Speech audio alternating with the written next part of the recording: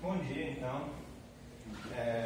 Em primeiro lugar, né, como já foi apresentado o trabalho, mas o Instituto trabalha lógica formal e imaginação. Além da exploração natural entre a lógica formal e a imaginação, a questão fundamental sobre a qual o trabalho vai girar em torno aqui é se é possível, e já respondendo sim, é possível, né? Então, quando é possível conhecer através da imaginação, né? A princípio pode soar um pouco estranho, né? Mas vamos tentar deixar isso bem claro. Bom, em primeiro lugar, a imaginação já sofreu um tratamento longo, né, na história da filosofia. Presumivelmente que a imaginação é usada quando a gente vai agir, né, quando a gente quer formar determinados tipos de traçar cursos de ação, você imagina cenários. Então a imaginação é uma faculdade humana que está aí junto com todas as outras, então já foi objeto de análise, né? Assim sendo, a gente é obrigado no começo do trabalho falar de algumas questões terminológicas, né? Tem alguns termos relacionados à imaginação que são usados de maneira distinta, né, e já foram colocados por aí, e eu vou apresentar eles e falar se eu vou fazer uma distinção deles ou não, né? No caso, a gente teria imaginar, a gente teria conceber, além disso a gente teria fingir e supor. Todos aparecem na literatura no decorrer da história como tipos de imaginação, né? A concepção, a diferença mais comum, né, é essa entre imaginação e concepção. A concepção cartesiana de imaginação, isso, né? Nesse cenário, imaginar basicamente requer a formação de uma imagem mental, né? Conceber é simplesmente entender o conceito. Então tem aquele exemplo clássico: você consegue conceber um quiliágono porque você sabe que é uma figura de 1000 lados, mas você não consegue imaginar porque você não consegue pensar numa figura que tem 1000 lados, né? Além disso, fingir seria uma coisa assim que causa efeito externo. Então se você fala, bom, alguém finge, né? Uma criança quando fala, finge que o chão é lava, né? Então não sai por aí pisando no chão, né? Então fingir teria essa característica. E por fim você teria supor, né? Que supor poderia ser transliterado em algumas linhas de imagine que é verdadeiro, né? Nesse trabalho eu vou tratar todos esses termos como substituíveis um pelo outro sem prejuízo, e o que vai deixar a gente fazer isso é porque eu só estou interessado no caráter absolutamente geral de que imaginação é um fenômeno mental que trata de cenários não atuais, só isso. Então, sobre essa concepção absolutamente geral, não faz diferença se você faz imaginar, conceber, fingir, supor ou qualquer outra coisa, né? Então, deixando isso de lado, a gente tem mais uma questão também, parcialmente terminológica, para resolver, né? A imaginação foi classificada em 3 tipos durante o processo de estudo, não só na filosofia, mas nas ciências cognitivistas e tudo mais, que foi a imaginação proposicional.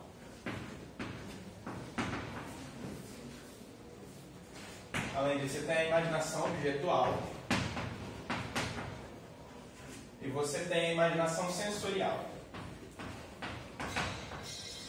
Bom, como a gente vai falar de lógica aqui, não é de se espantar que a nossa preferência vai ser pela imaginação proposicional. Mas essa preferência não é uma preferência arbitrária, né? Imaginação proposicional seria, imagine uma proposição, né? Então quer dizer que você pode imaginar tudo que pode ser descrito em termos de proposição, em termos de frase, né? E o argumento para falar que essa também é mais razoável é simplesmente que você pode transformar qualquer um dos outros tipos em imaginação proposicional. Se você fala assim, Alice imagina um unicórnio, né? Nada te impede de transformar isso em Alice imagina que existe um unicórnio, né? Então você pode transformar os objetuais em proposicionais, é a mesma coisa com o sensorial. Sensorial, no caso, seria imaginar uma sensação, né? Imagina que está frio, imagina que está calor. Essa formulação que eu já dei já é uma formulação proposicional da imaginação sensorial. Então, para a gente, todos esses termos são equivalentes e a nossa imaginação interessante é a proposicional, né? Então eu falei que queria falar que a gente consegue conhecer através da imaginação. Para isso a gente precisa de abordar as semelhanças e dissemelhanças entre imaginação e crença, né? Primeiro, você percebe que imaginação e crença falam sobre o mesmo domínio, né? Que é o domínio de todas as frases bem formadas, o domínio de todas as proposições possíveis. Se existe uma proposição, você pode ter crença naquela proposição ou você pode imaginar aquela proposição, né? Mas qual seria a diferença fundamental entre imaginar e crer? Bom, que você não é obrigado a crer em tudo que você imagina, né? Se você imagina, por exemplo, imagino que eu tenho asas, isso não quer dizer que eu acredito que eu tenho asas, né? Então, eu vou usar aqui uma distinção, uma classificação de um PhD recente que saiu agora, do Juan Casas Nova, na Catalunha, né? Em que ele vai falar que a imaginação não degenerada, ou a imaginação normal, tem que respeitar dois princípios. Ele vai chamar de quarentena e similaridade.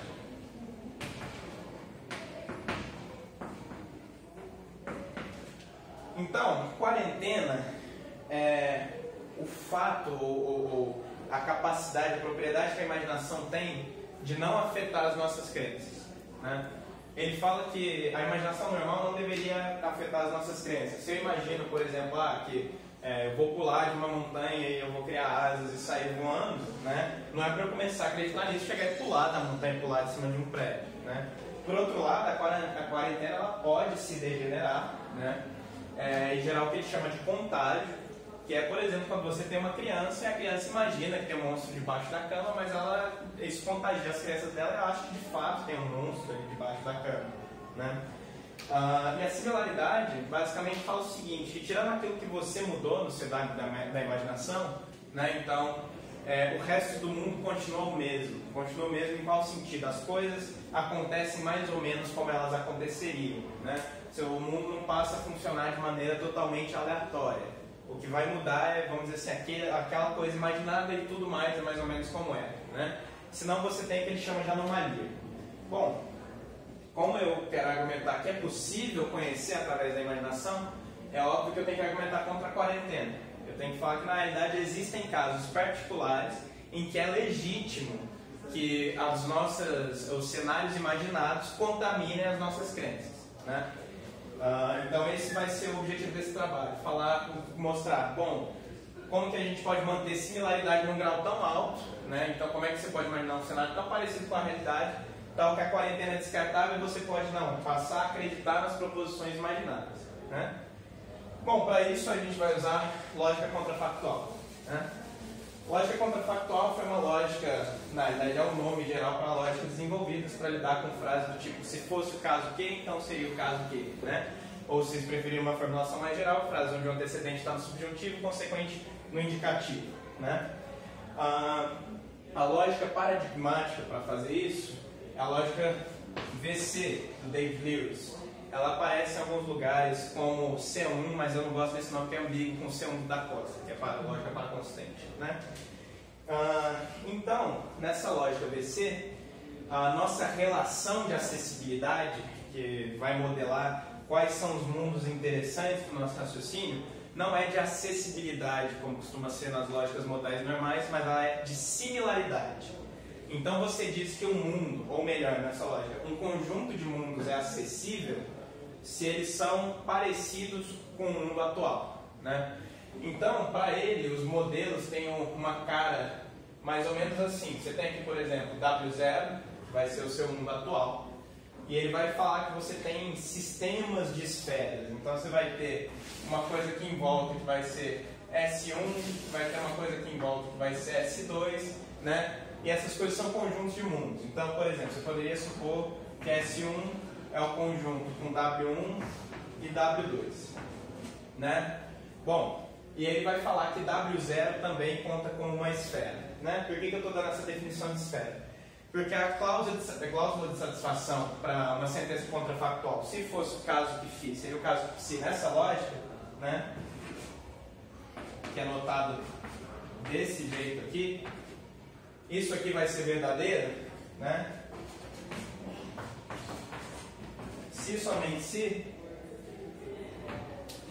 existe S, então tem alguma dessas esferas, né? E aqui você pode chamar de S0, né? Existe alguma esfera tal que para todo W pertencente a S, né? W satisfaz φ,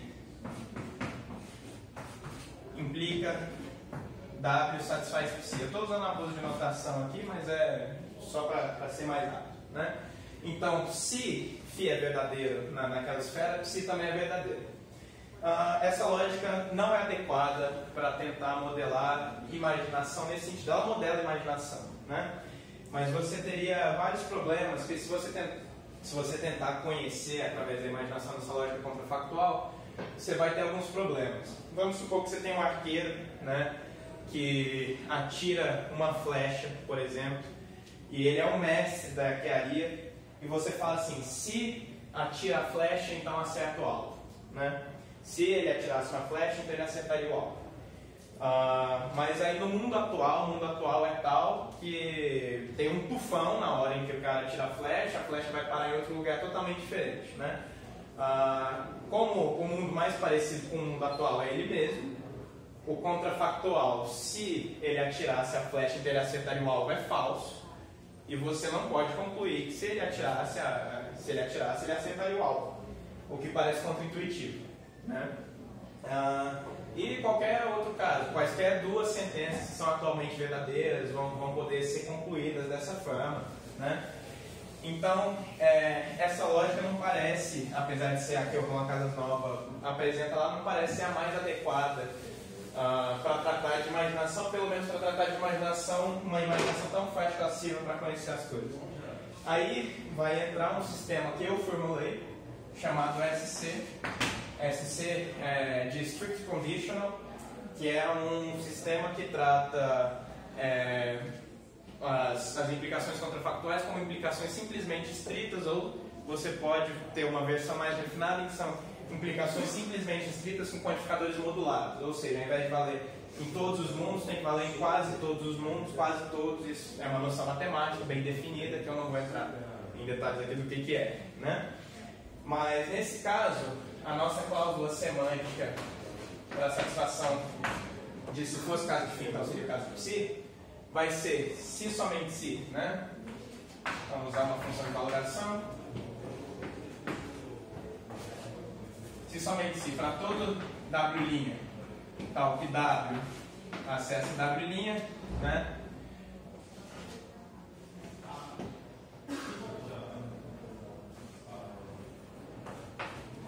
Verdade da implicação é garantida.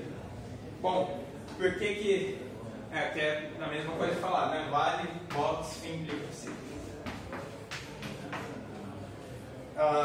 Quais que vão ser as restrições para a gente usar isso como um mecanismo para conhecer alguma coisa através da imaginação? Bom, o segredo vai estar na nossa relação de acessibilidade, né? Que vai ser quais tipos de restrição a gente vai fazer sobre... Só uma pergunta, a verdade da implicação é em W' ali no caso? Desculpa, eu esqueci de... Tá. Isso aqui no caso é em W, né? Que é uma função da Isso. relação das Isso. fórmulas. Foi... falei, obrigado, não estava faltando mesmo. Então é verdadeiro em W, se somente se todo W' satisfaz a implicação, né? Eu vou introduzir aqui a noção de objeto bem comportado, né? Então, para você conhecer alguma coisa, você vai só poder conhecer objetos ou situações bem comportadas. Objetos e situações bem comportadas são objetos e situações passíveis de axiomatização.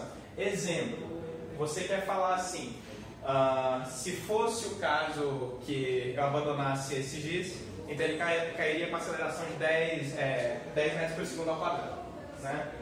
Essa frase presumivelmente é verdadeira, né? Então você pode imaginar esse se fosse o caso que, como imagine que, né? Imagine que eu soltasse esse... Beleza. Imagine que eu soltasse esse giz, então ele cairia com aceleração de 10 metros por segundo ao quadrado. Como é que a gente testa isso? Bom, primeiro, o objeto tem que ser bem comportado, ou seja, a situação ou os elementos relevantes da situação têm que ser passíveis de axiomatização, por exemplo, nesse caso, mecânica clássica, né? Então você assume a mecânica clássica e você precisa de escolher uma relação de acessibilidade que preserve esse bom comportamento. Então você fala assim, sim todos, ou aí que entra a quantificação modular, né? Quase todos, né?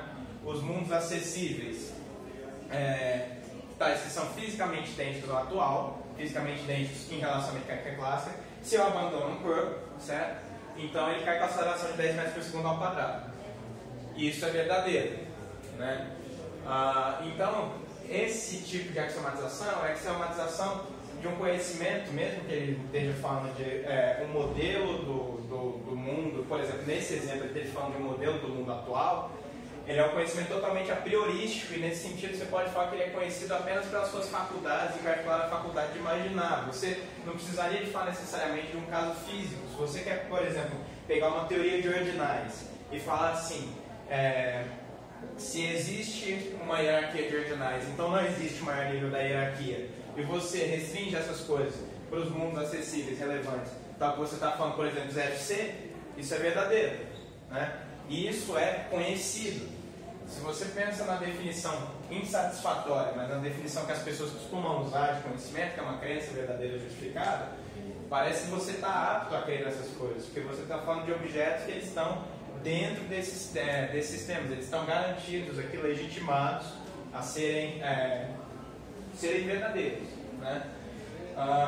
E a ideia é essa, é que o raciocínio contrafactual captura isso, porque ele tem essa relação. Imagine que algo é verdadeiro, então outra coisa seria verdadeira, né? É mais ou menos isso que isso captura. A gente percebe que nessa concepção muito particular de imaginação, né, você tem um sistema em que você garante a similaridade através dos parâmetros que você coloca sobre E, e você faz restrições tão fortes sobre os parâmetros que podem ser usados sobre essa similaridade, que a conclusão é necessariamente verdadeira. Então você está legitimado a ter um contágio das suas crenças pelo cenário imaginado, né?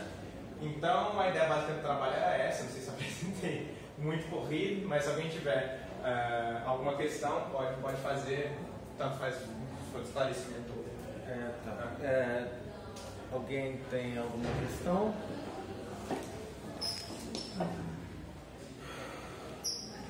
Questão? Bom, eu tenho algumas. Não. Você deve. Não, pode falar. A pressa dessa